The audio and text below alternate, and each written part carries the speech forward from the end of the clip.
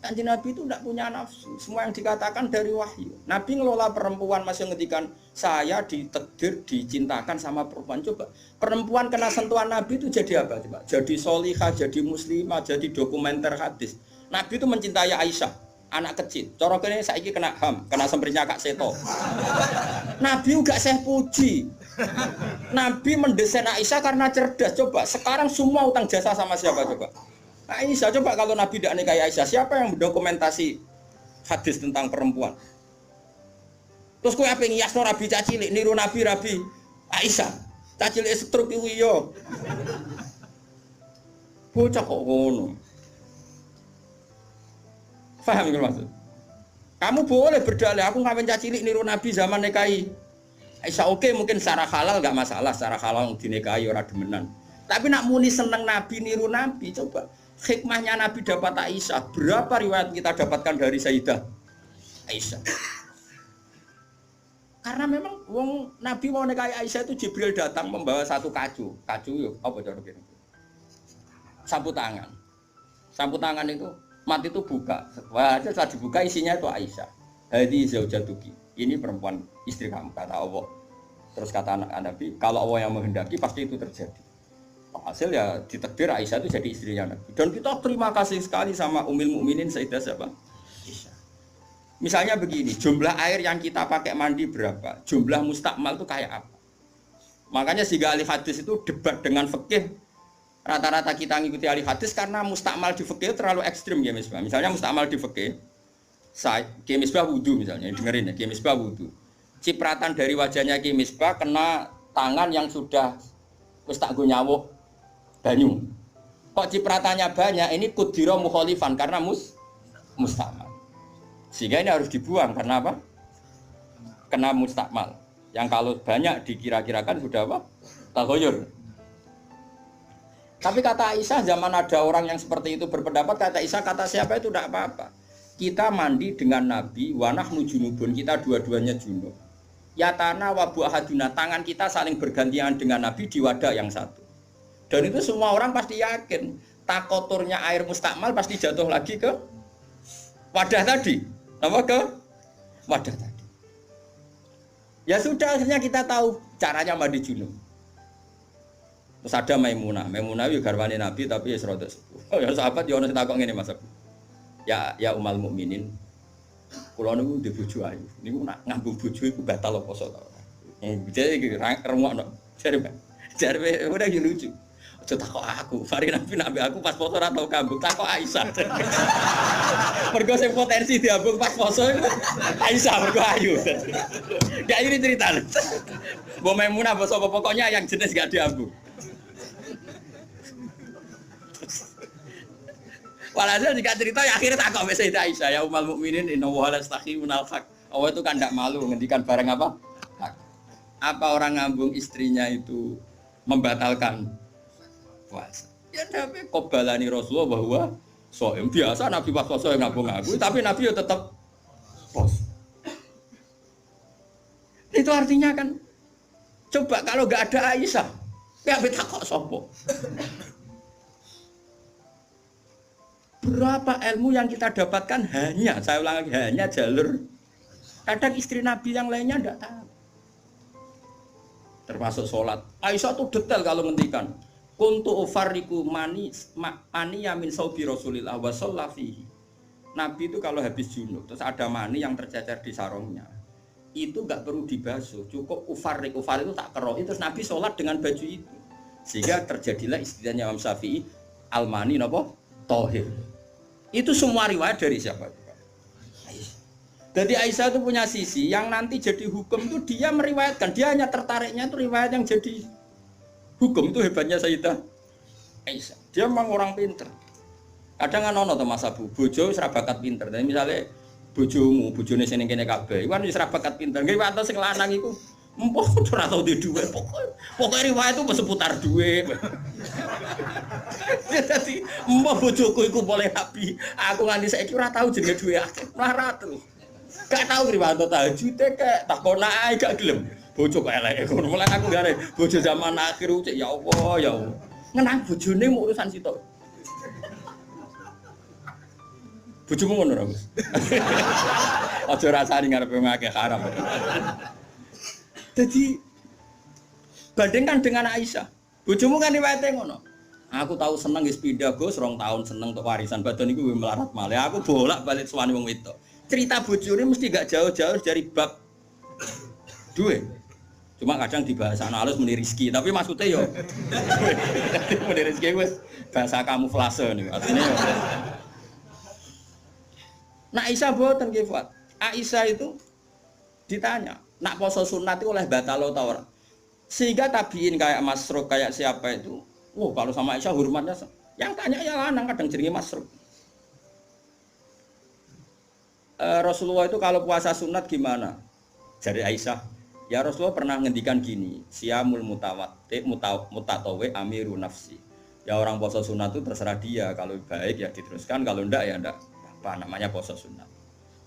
Terus takok sing sahab tabiin tadi, mosok ngoten ya umal mukminin iya. Nabi ku tahu, esuk-esuk takok aku.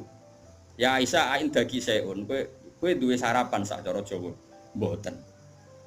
Yo Nabi enteng saja idzan asumu kalau gitu ya saya puasa. Sehingga ini menjadi mazhab bagi Imam Syafi'i yang wajib tabyitun niat itu poso fardu. Tapi kalau poso sunat, kamu ndak wajib nginepno niat asal urung sarapan loh. Jadi misalnya gini, jam 8 siang kamu terbersit puasa boleh, asal bar subuh urung sarapan atau ngopi, bar ngopi ya ora oleh. Itu kita tahu itu bahwa puasa sunat tidak harus nginepkan dari siapa coba? Aisyah. Terus kalau yang membatalkan ya ummul mukminin, dalilnya apa? Waliane yo tahu, Nabi ku niat poso. Bareng ono seorang Ansor menghadiahkan saya bubur sarit. Terus muni kot dimini. Maksudnya wis ndi tak pangani. Intinya terus membatalkan puasa. Dadi aku roh Nabi poso sida yo tak bolak-balik. Ra sida yo tahu bolak-balik. Terus ulama ngarang nak poso sunat oleh terus oleh ras itu. Dari siapa coba? Dari Aisyah. Kowe iku bojo tenan kan, iku donya akhir. Lah senenge Nabi nang wedok kaya ngono iku. Terus kowe maca hadis iki, Abi yo seneng. Bocah kok gobloke ngono. Iku masalah iku beda. Paham ya? Kulo nu termasuk bab iki rodok bejo. Kulo nu sering nggih mesti sowani tiyang kok takok ngene ya rodok kurang ajar ning takok rodok kanca kula dadi wani kurang ajar kowe. Gus, kok saged iki bojone jenengan ngaji mbek jenengan, nggih mbek jenengan hormat. Lah bojoku ora bojomu aku yo mriko. Dekne ku wis pengalaman, kiai diwae iku mesti dadi goblok mergo bojone.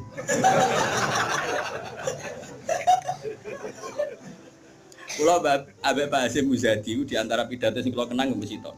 Dosa terbanyak itu perempuan. Berapa kiai alim menjadi bodoh gara-gara perempuan? Gara-gara bojone. Godene de kanca kiai iso maca Fathul Wahhab, maca Fathul Muin. Gara-gara dikeranyam bojone cita-cita mergawi. Akhirnya dadi wong goblok nganti mati. Mergo anggere mulang takok, "Nak, kowe nak mulang terus wareg." Terus suwen dikonokno iku terus akhirnya gak mulang. Lho kiai alim sing goblokno bojone akeh lho. Akeh mboten. Hafiz sing ralanya mergo bojone ya akeh.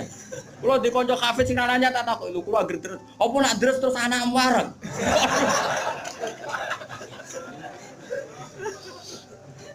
Wah, kula syukur bojoku ora jenis sing iki. Ora jenis ngono ya tak kobal apa minta. Jadi dari cara Mbak Hasyim Muzadi dosa terbesar perempuan goblokno bojone. Termasuk wong alim-alim.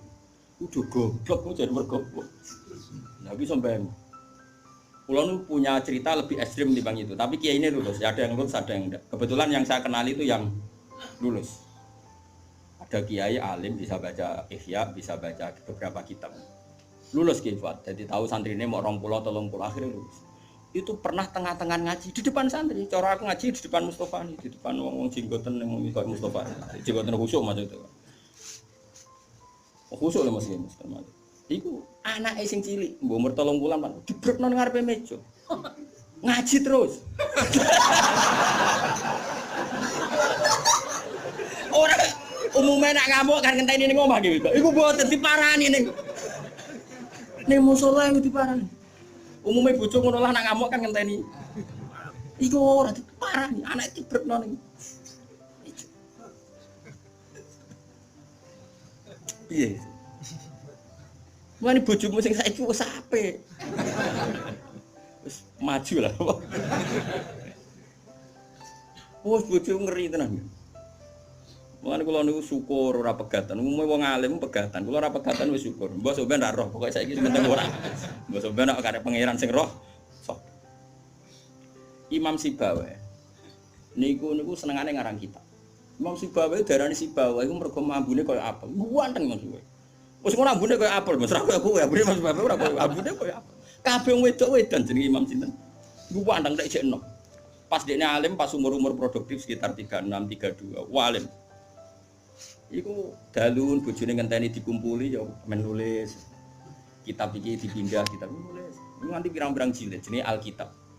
Karena jenenge kitab dene mau Alkitab. Cara bahasa Indonesia kaya Injil. Bahasa Indonesia muni Alkitab.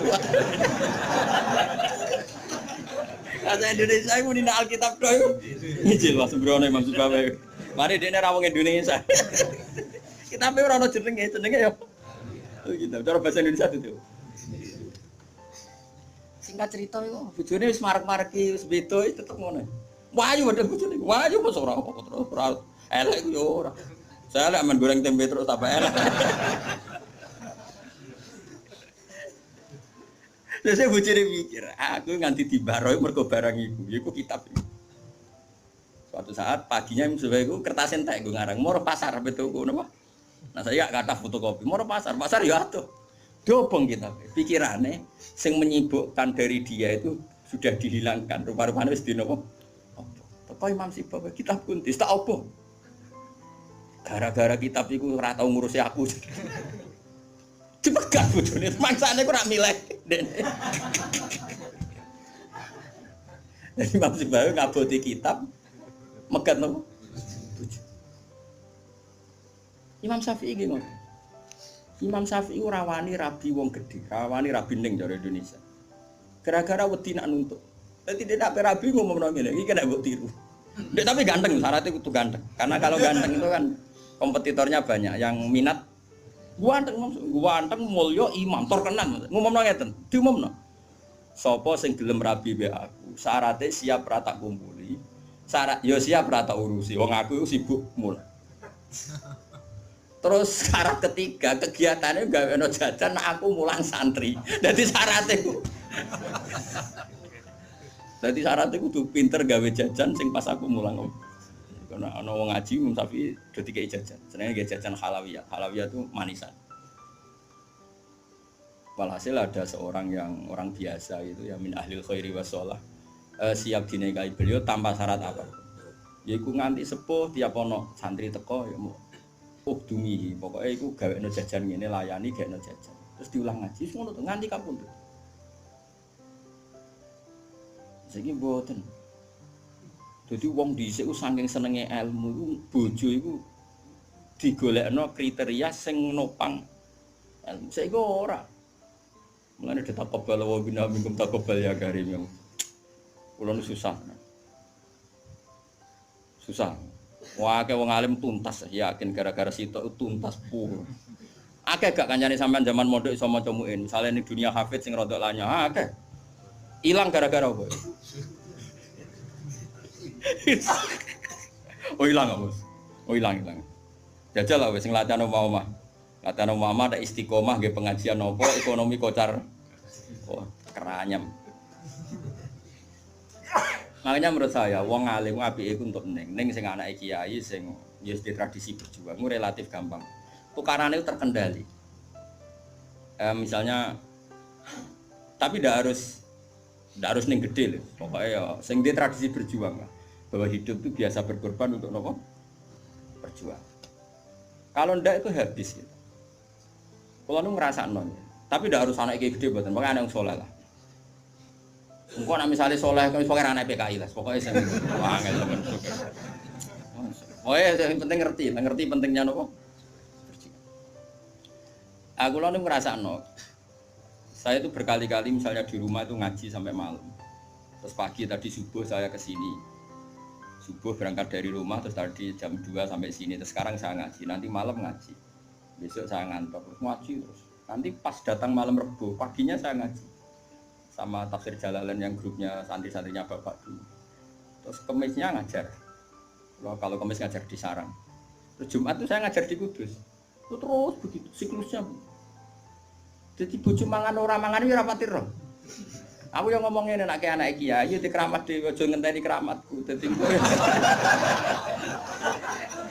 Dan engko ya pokoke padha uripe ngono. Suwan cara kula bojone kiai kudu di keramat dhewe nek ora wis takobal wa minkum takobal ya kan. Nah ini kan ya seperti itu Aisyah itu termasuk istri yang dengan kriteria itu. Saya tuh heran sama Aisyah gini, saya tuh punya Musnad Ahmad ya Misbah. Musnad Ahmad itu 14 jilid. Itu satu jilid tuh ada yang riwayatnya Aisyah semua. Jadi minal muksirin wal muksirat itu Sayyidah siapa? Aisyah. Dan anehnya dalam satu jilid tuh Fuad, yang diceritakan Aisyah tentang Nabi itu pasti yang sisi hukum. Bukan kenangan Nabi tidak punya uang atau taruh saja gini. Sebetulnya nggak ada yang dimakan untuk sarapan itu kan masalah kalau bagi istri sampean. Nggak masalah besar nggak kalau istri sampean jam 8 masih belum ada yang dimakan. Oh, perang Brontoyudo. Itu Sayyidah Aisyah ngenangnya enteng saja bahwa pernah peristiwa itu terjadi dan Nabi ngambil sikap ya kalau nggak ada yang dipakai sarapan ya saya puasa. Aisyah ya oke ya Rasulullah kalau nggak ada yang sarapan ya kita puasa. Kowe bayangno di bojo ngono ayo. Nek nganti kiamat. Kok segampang itu menyelesaikan masalah ekonomi masalah. Dan itu Aisyah cerita ada dalam konteks dia kecewa tentang keuangan Rasulullah. Cerita dalam konteks bahwa puasa sunat itu udah harus nginepno niat. Buktinya Nabi pernah puasa setelah ada informasi gak ada yang dimakan. Coba kalau gak orang bener-bener sholihah. Ayo bojomu kira-kira dia mafhum ngono ta ora? Ono ora ono sarapan di kesimpulan ayo Pak poso. Kabeh kersane pangeran. Bujum nak ngomong ngono kadane aku tak kei duwe yakin. Oh tak dia yakin. Siapa kapan aja terjadi, tapi aja bodoni lho.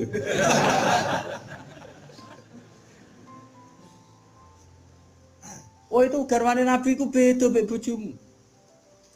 Sayyidah Zainab seperti itu. Sampeyan tak ceritani. Sayyidah Zainab itu melihat Nabi itu iktikaf di masjid. Itu langsung garwane Nabi itu bikin sawari itu semacam pegangan-pegangan terus jadi syariah, jadi pembatas semuanya iktikaf di masjid. Sekarang hitung saja Fuad, andai kan Nabi tidak figur yang menarik di mereka dan andai kan Nabi adalah figur yang jorok yang nggak benar di depan mereka, pasti mereka tidak ingin mengikuti Rasulullah Shallallahu Alaihi Wasallam.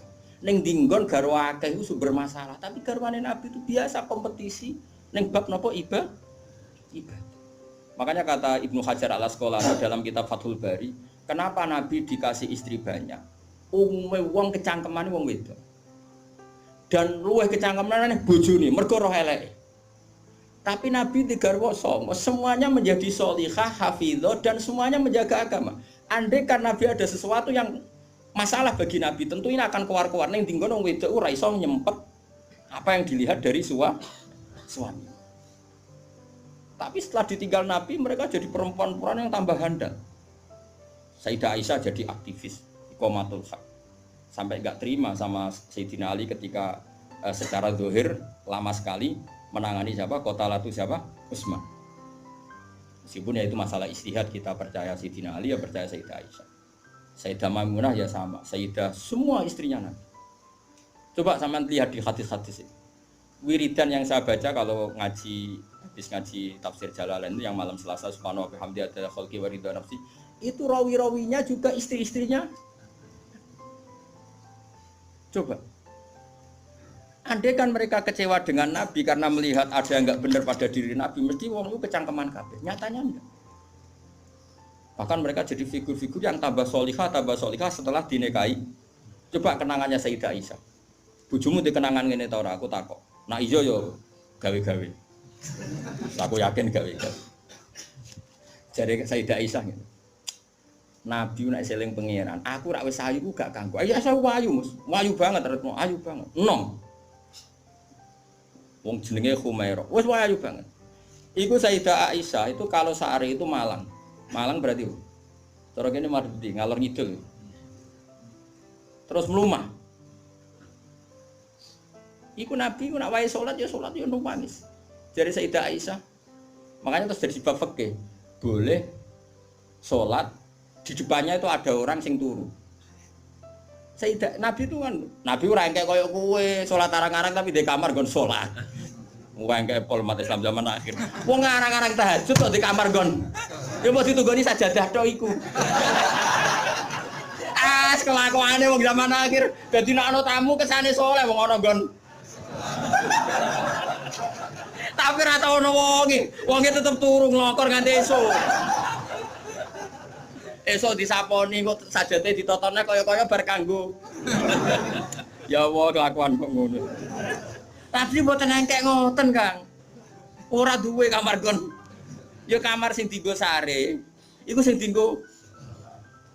Terus Sayyidah Aisyah ku turu iku jek nglekor.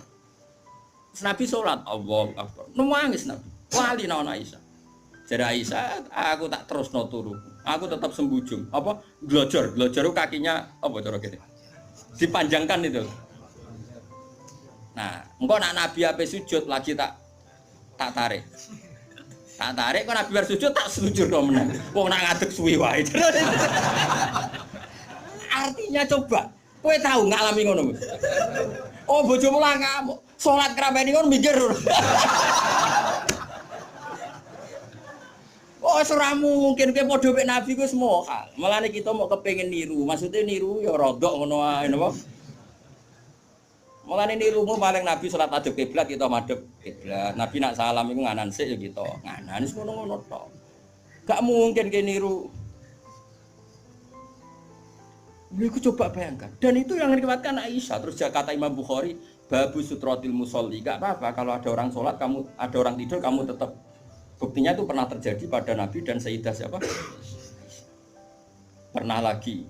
Nah ini supaya tambah mahabbah nih keluarganya Rasulullah Shallallahu Alaihi Wasallam. Makanya mereka sampai kena khitab innama yuridu wa yuthiba angkum muridsan apa ahlal baiti wa yutahhirakum apa tadi. Ya nisa an-nabi lastunna ka ahadin minan nisa. Ini taqaitunna fala takhluqna bil qawli fayat ma'alladhi fi qalbihi mardu wa qurna qawlam ma'ruf. Terus wa qarna fi buyutikunna wala tabarrujna tabarrujal jahiliyatil ula wa aqimnas sholata wa atinas. Coba garwa-garwane Nabi itu kalau di rumah itu mengkaji Quran. Wa qarna fi buyutikunna. Mereka ada ngaji Quran. Termasuk ayatnya membuat kurna mayutlah fi buyutikunna min ayatillahi wal hikmah.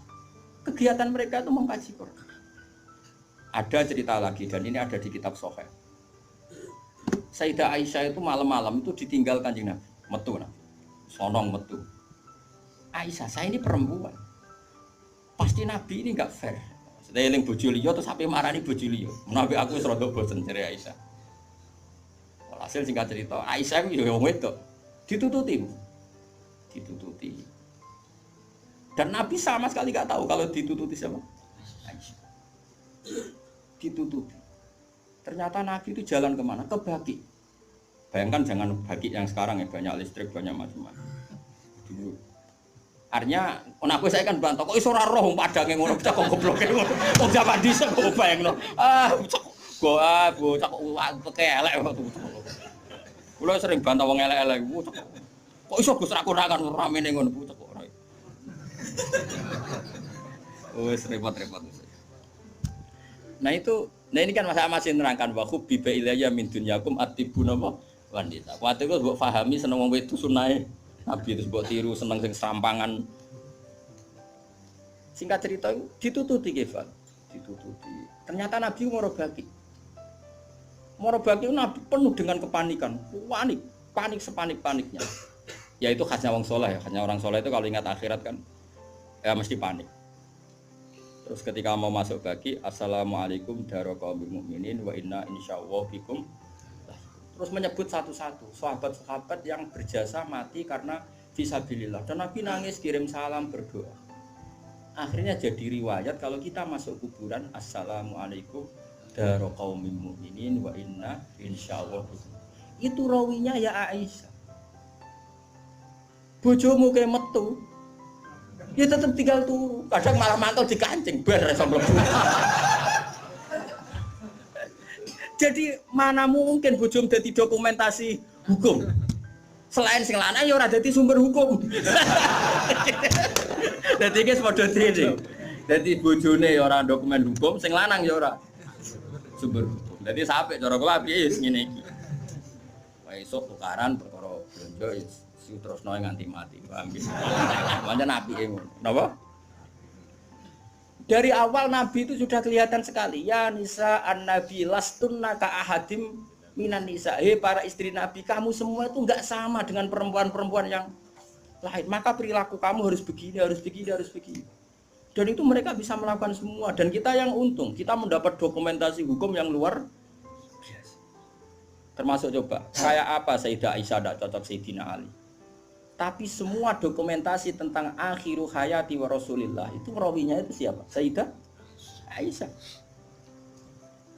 Sama tak cerita sedikit ya, ini biar tambah mahabbah kita pada Ahlul Bait Rasulillah sallallahu alaihi wasallam. Ahlul Bait itu kan yang mujma' alaih itu dua. Satu para habaib dzurriyyah, dua azwat. Apa? Azwat. Karena azwat ini yang tentu yang derekno zaman itu. Kalau habaib dzurriyyah meskipun turunan tapi kan sebagian mereka tidak menyaksikan zaman Rasulullah, paling Sayyid Hasan Husain, terutama Hasan yang sudah agak besar.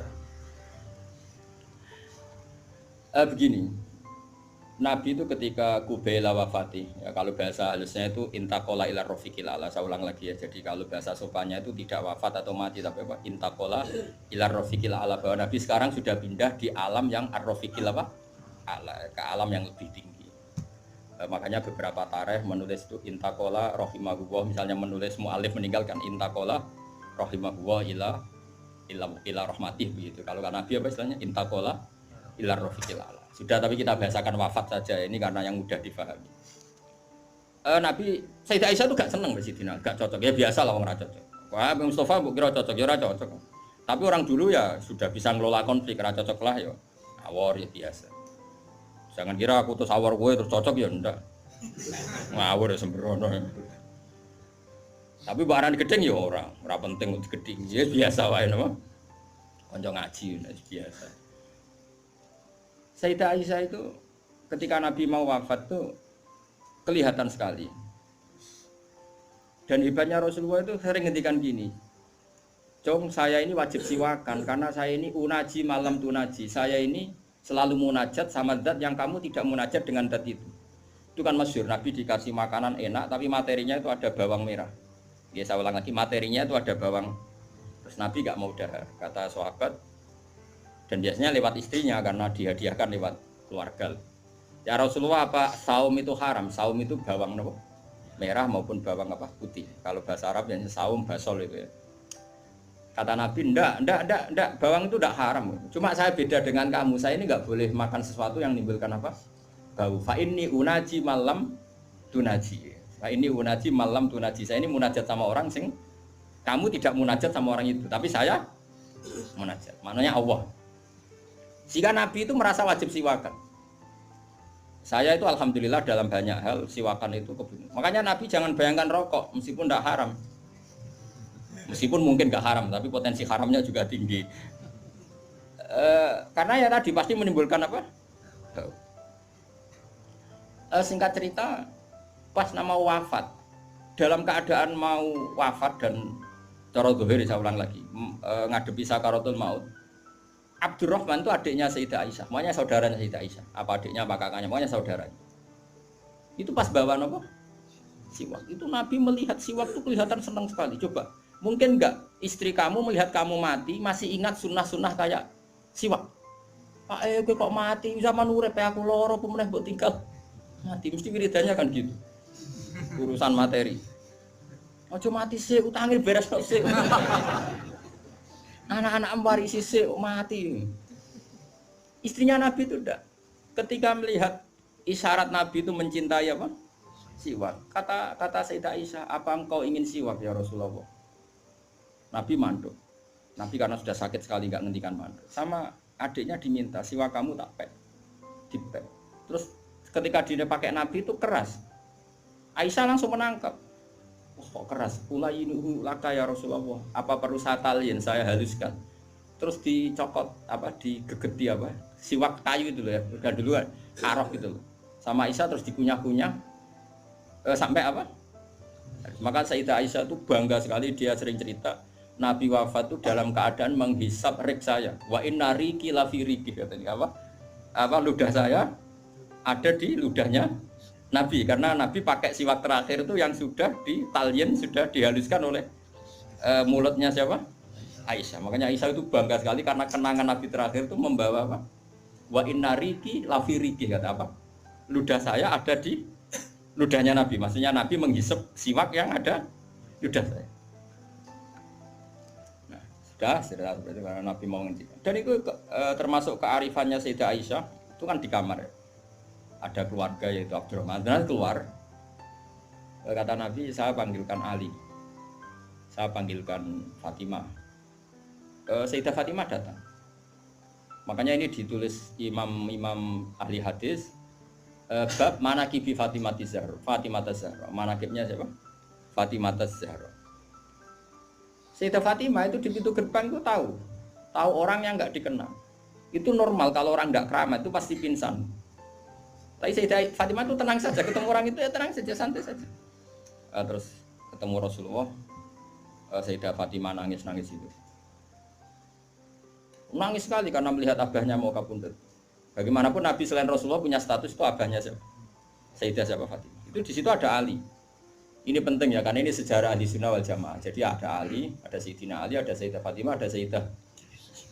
Makanya Ahli Sunnah itu menentang sekali. Makanya masyhur zaman cari di Sahih Muslim. Sayyidah Aisyah menangi ada sekian isu kalau Rasulullah itu berwasiat khusus sama Sayyidina. Makanya masyhur itu Sayyidah Aisyah kan naik pitam. Kata siapa Nabi berwasiat sama Ali? Saya itu ada di situ. Saya ada di sampingnya saat itu. Dan akhiru kalimatin qolaha adalah Allahumma ma'arrafiqil a'la. Tidak ada wasiat tentang khilafah, tidak ada wasiat tentang, paham ya? Ini penting saya ceritakan di sini karena ya ini kan termasuk jadi khasnya Ahli Sunnah wal Jamaah, bahwa Nabi tidak pernah berwasiat khusus tentang khilafah ya Nabi. Sayyidah Fatimah masuk. Nabi ya nangis ya karena itu abahnya.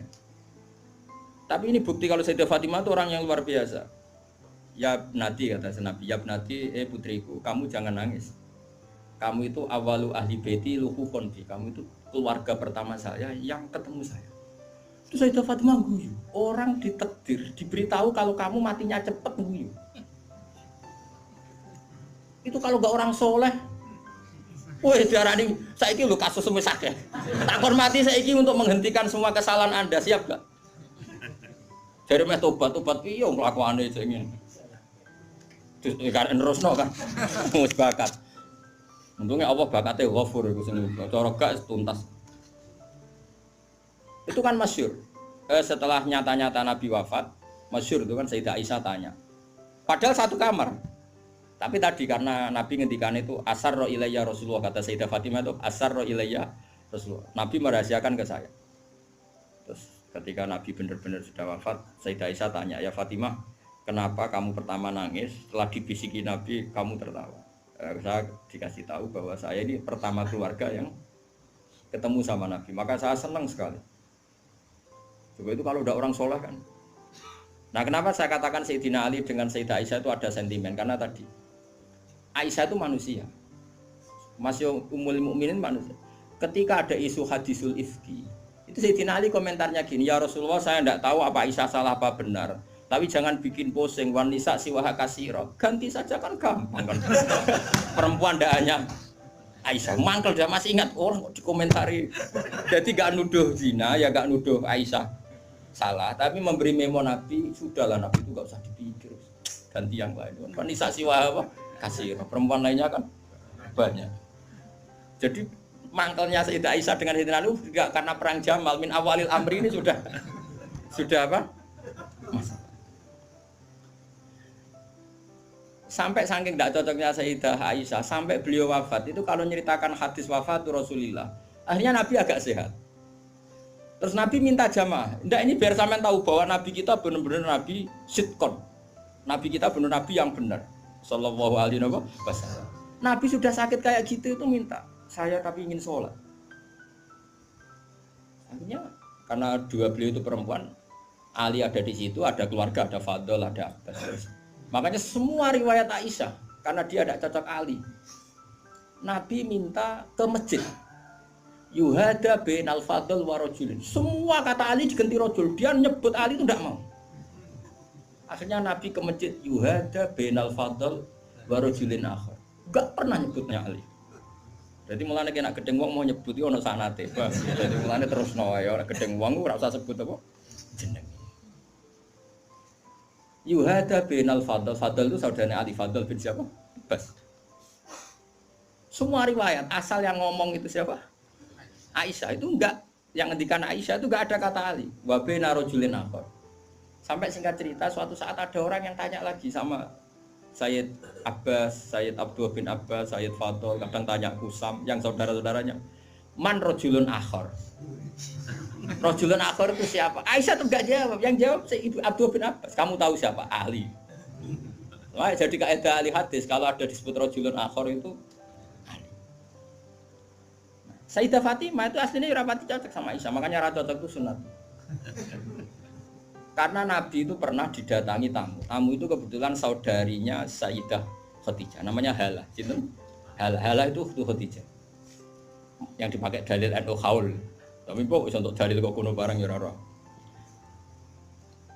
Nabi itu sering sekali itu bikin mayoran-mayoran gitu, makan-makan itu. Ya nyembelih wedhus pokoknya makan-makan untuk ngenang siapa?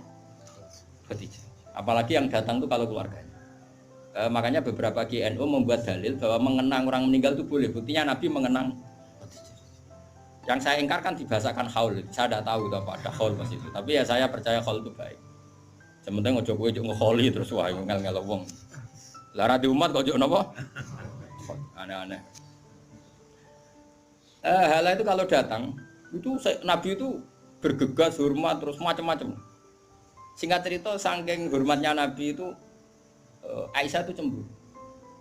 Ya Rasulullah, kenapa engkau mengenang orang yang tua, ajus itu tua sekali, sudah mati lagi.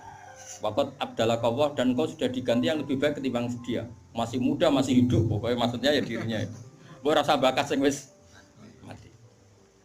Singkat cerita itu membuat Sayyidah Fatimah sakit karena ibunya dikomentari ajus tua. Ibunya kan Sayyidah Khadijah, tentu kan ya tua wong. Di nikah Nabi sudah umur berapa? 40. Ini itu yang cerita guru-guru saya termasuk Mbak Mun ini ada sanad musalsalannya, semua guru-guru kita cerita. Gua nak gurumu guru sipir ya raro. Nah terus Nabi itu ya unik, meredakan dua konflik itu. Aisyah bangga karena istri muda dan dicintai Nabi. Sayyidah Fatimah tentu bangga sekali sebagai putrinya Nabi, tapi ya mangkel sekali ketika ibunya apa? Dikomentari. Nabi oleh marahi lucu. Fatimah, kowe kepengen Aisyah menghentikan komentari ibumu? Nggih ya Rasulullah, wong gak men komentari ibu. Tapi Nabi yang mau ngeloroi Aisyah kan masalah nanti. Mergo bojo ayu nak ngambek ya masalah kan. Jadi Nabi ya pinter moh dari didik Aisyah langsung wah ini masalah. Tapi kamu jangan katakan politik, Nabi itu udah politikus. Ya soalnya pinter, no? Pinter, saat diterang, pokoknya pinter. Kandani ngene Aisyah bin Ramen ngomong ngono. Kandani sebuti ya Rasulullah. Ibuku luwih hebat timbang kowe. Ibuku iku rondo untuk Joko. Kowe ayo lah iku piye-piye iku perawan untuk Dudo. Aja Aisyah diingatkan sisi.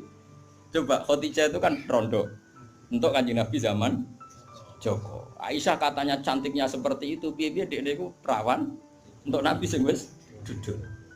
Iki eling terus Aisyah. Iya. Semenjak itu saya tahu komentari sinten Sayyidah sinten Khadijah karena ada sisi yang dia kalah dengan Sayyidah Khadijah itu Khadijah rondo untuk Joko. Artinya gini, kalau sampai punya masalah dengan istri itu biasa, Rasulullah itu juga masalah. Cuma Nabi punya seni menyelesaikan. Nah, kowe kan orang duwe seni. Wong roh kowe kepen ngamuk. Kere ben wayo, aneh-aneh wis modele. Ini pola. Nah ini kembali tadi ya. Jadi jangan kira cara Nabi seneng perempuan itu kayak senengnya kita pada nopo perempuan. Semuanya itu lillah wa fillah. Kita dapat riwayat tentang haid. Bayangkan kalau Nabi tidak nikahi Aisyah, kayak apa tentang hukum haid? Kita tidak tahu. Zaman itu belum ada kitab-kitab gambar tentang haid. Belum ada ustadz-ustadz nganggur sekarang Khat apik digambar, nak ngarange khat apik, jangan nganti digambar maksudnya iku. Itu pernah tak polling Pak Hudi, pernah tak polling sama Mbak. Apa betul yang kamu alami seperti ini? Semua bilang enggak. Lu sekarang ngelanang kabeh. Makanya menurut saya kita ngikuti hadis yang diriwayatkan Aisyah, yang diriwayatkan Hamna, itu ada di gitu saja. Kula suwun sing ngaji kula teng mriki nek ana bocah wedok napa istihadah ki Fuad suruh ngambil apa? Adatul yaum sebelum kena penyakit apa? Istihadah. Paham ya? Nah, ya sudah setelah adatul yaum itu berlalu ya sudah dihukumi suci. Jadi misalnya Januari dia haid 6 hari, Februari 6 hari, terus Maret entah kecelakaan entah apa terus dia keluar darah terus sampai berbulan-bulan. Ya sudah setiap tanggal yang dulu dia haid 6 hari yaitu jadikan hari haid. Liannya dihukumin apa? Suci. Ya tetap puasa, tetap apa? Sholat. Malah kan Nabi ngintikan fatahayyati kama tahidun bisa. Atau jadi ini penting saya utarakan, lagi-lagi seperti itu yang paling tahu banyak ya Aisyah. Meskipun nanti rawiyahnya itu ada Hamna, ada ini, tapi yang mendokumentasi itu ya Sayyidah. Artinya gini, kalau ada orang sekarang nikahi anak muda, berdalih ngikuti Rasulullah, oke lah, kalau segi halal saya katakan halal. Memang nikahi anak umur 9 tahun pun kalau walinya boleh ya tetap apa. Tapi nak murid niru Rasulullah itu hayata. Oh jauh. Kamu itu apa betul jadi sumber hukum yang perlu didokumentasi seorang muda? Justru nak didokumentasi dolla wa adolla sesat dan oh hukumnya orang yang bener kok dia apa? Didokumen. Nah, makanya temeriki saya Nawawi ngendikan apa? Li anna kullama kana lillah seperti ini Bu. Wa hadhil khisalu allati waqa'at napa? Li Rasulillah laisat minad dunya fi syai'in. Ya, jadi ini saya masih menjelaskan apa komentar saya Nawawi apa? Wa hadhil khisalu alladzi waqa'at li Rasulillah laisat minad dunya fi syai'in. Semua yang dilakukan Nabi meskipun kesannya kayak perempuan, wewangian, itu sama sekali tidak ada kaitannya dengan urusan dunia. Semua itu untuk urusan dokumentasi akhirat atau dokumentasi masalah-masalah agama. Terus kata Senawi lagi, li anna kullama kana lillah laisa minat dunya. Kalau sesuatu orientasi kamu lillah itu hakikatnya laisa minat dunya. Misalnya kayak kita makan, tujuannya biar kuat sholat, kita punya rumah, benar numpang ning wong liya ngel-ngelo. Kita nganggo pakaian ben ra udo mari maksiat. Asal niatnya lillah, semua itu tidak urusan apa? Dunia. Kama qala Syekh Rasyidi fil Majalis Ar-Raibun. Jadi ini penting sekali saya utarakan biar kita terbiasa ya dengan teori-teori yang digariskan para ulama. Niru Nabi itu baik, tapi ada sisi-sisi yang kita sadar qiyas ma'al farik. Seorang lagi apa? Qiyas ma'al farik. Kan sekarang banyak orang yang minta diikuti semua omongannya. Jadi dulu murid sama Nabi itu gak ada yang bantah guru. Dulu Nabi kan gak pernah salah. Nah kue kan salah wis watak. Terus kue kepengen murid meniru kue total koyok zaman Nabi ya beda. Gue murid itu api anut guru, tapi biasa wae. Kadang-kadang rano tidak bisa takon. Bodoh sarape ribet. Ya karena beda.